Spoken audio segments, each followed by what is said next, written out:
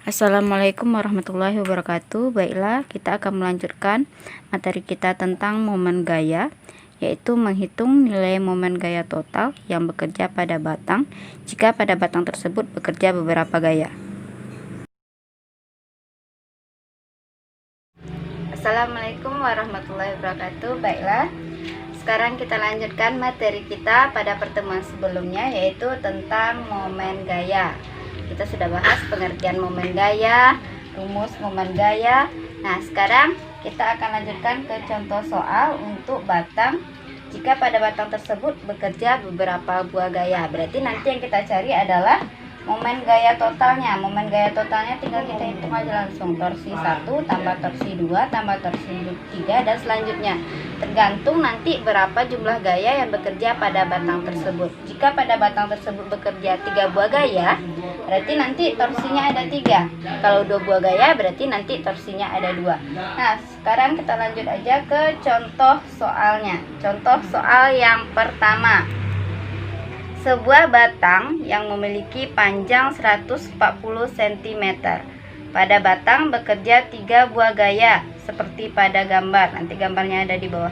Jika titik poros berada pada F1, maka momen gaya total batang adalah. Nah, ini gambarnya.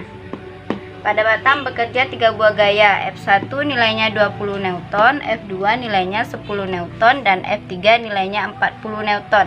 Panjang batang ini adalah 140 cm. Nanti yang dihitung adalah momen gaya total jika titik porosnya diletakkan di F1. Nah, sekarang kita lanjutkan ke pembahasan soal. Nah, tadi diketahui sebuah batang yang memiliki panjang 140 cm bekerja 3 buah gaya, yaitu F1 arahnya ke atas sebesar 20 Newton, F2 10 Newton, dan F3 40 Newton. Nah, di soal tadi dikasih tahu titik porosnya adalah di F1. Nah, yang ditanyakan adalah hitunglah momen gaya total yang dialami oleh batang tersebut. Nah, sekarang kita buat dulu besaran-besaran yang diketahui dari soal yang tadi. Ketahui yang pertama nilai F1. Besarnya 20 Newton. F2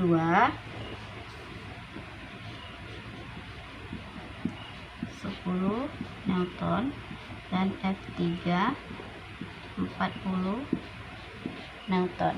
Nah, selanjutnya karena torsi itu dia dipengaruhi oleh gaya dan lengan gaya, setelah F berarti kita harus menentukan nilai L1, L2, dan L3. Lengan gaya itu dia dihitung dari jaraknya gaya yang diberikan ke titik poros. Nah, yang pertama kita hitung untuk L1.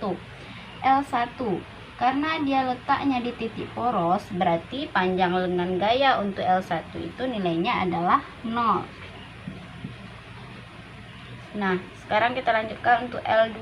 L2 jarak dari gaya F2 ke titik poros, berarti di sini. Ini nilai L2. Nah, karena panjang batang tadi 140 cm, jarak dari F2 ke F3 100, berarti L2 nilainya 40 cm. Nah, ini harus kita ubah dulu ke dalam meter, berarti nilainya jadi 0,4 meter. Nah, selanjutnya yang terakhir adalah L3. L3 itu jarak dari F3 ke titik poros, ke sini. Nah, dia jaraknya sama dengan panjang batang, yaitu 140 cm. Kita ubah ke meter jadi 1,4 meter. Nah, sekarang setelah semua besaran yang diketahui, tinggal kita hitung nilai torsi 1, torsi 2, dan torsi 3. Nah, sekarang kita hitung nilai torsi 1.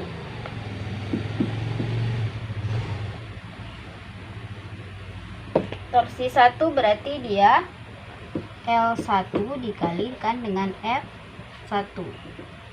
L1 nilainya tadi berapa? 0.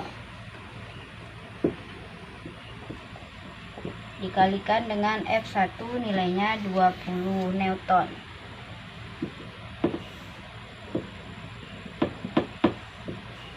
0 dikalikan dengan 20, apapun bilangannya, jika dikalikan dengan 0 hasilnya adalah 0. Baik, ini untuk nilai torsi pertama. Nah, sekarang kita lanjutkan ke torsi kedua. Nah, torsi kedua dia dari gaya F2 terhadap poros. Nah, sebelumnya kita tentukan dulu apakah dia nilainya positif atau negatif. Ini F2 kita putar ke titik poros. Nah, ingat kalau dia searah jarum jam nilainya negatif, kalau berlawanan dengan jarum jam nilainya positif. Nah, sekarang F2 ini dia arah putarnya searah dengan jarum jam, berarti nilainya negatif.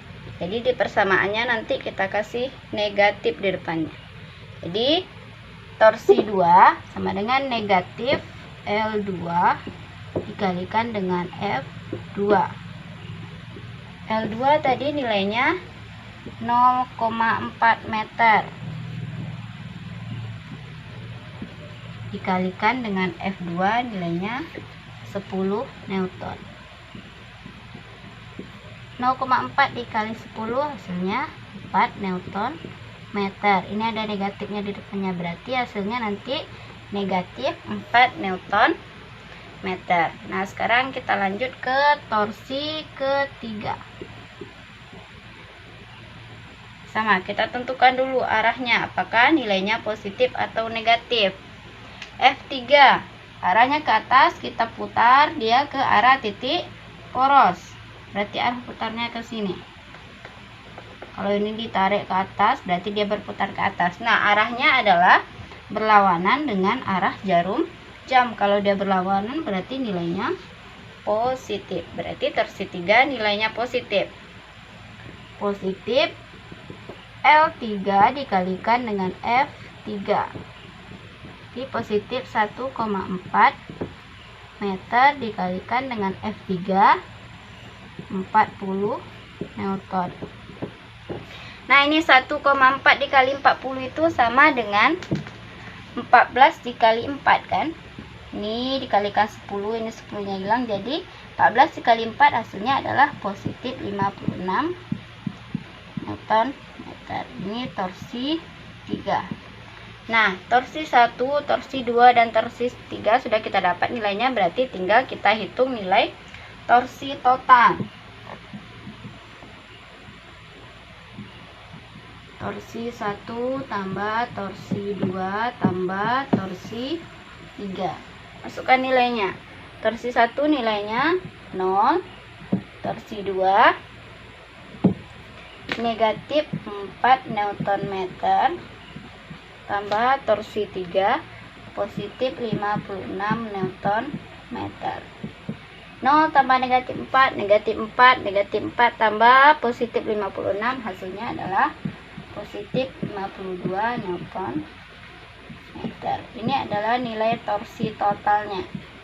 Nah, arah positif itu menunjukkan berarti batang ini nanti secara total dia akan berputar berlawanan dengan arah jarum jam dengan nilainya sebesar 52 Newton meter.